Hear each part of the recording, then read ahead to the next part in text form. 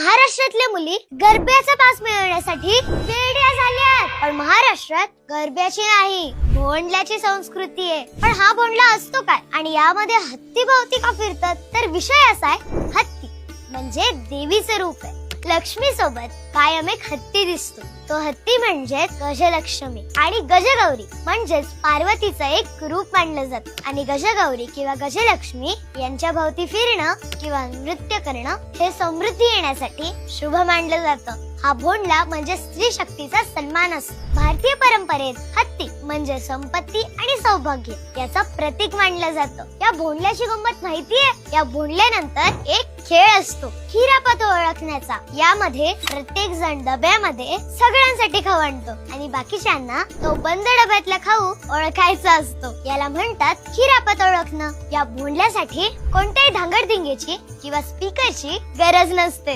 नाही, गरबा खेळणं चुकीचं नाहीये, पण त्या नादात आपला भोंडला विसरू नका हे सांगण्यात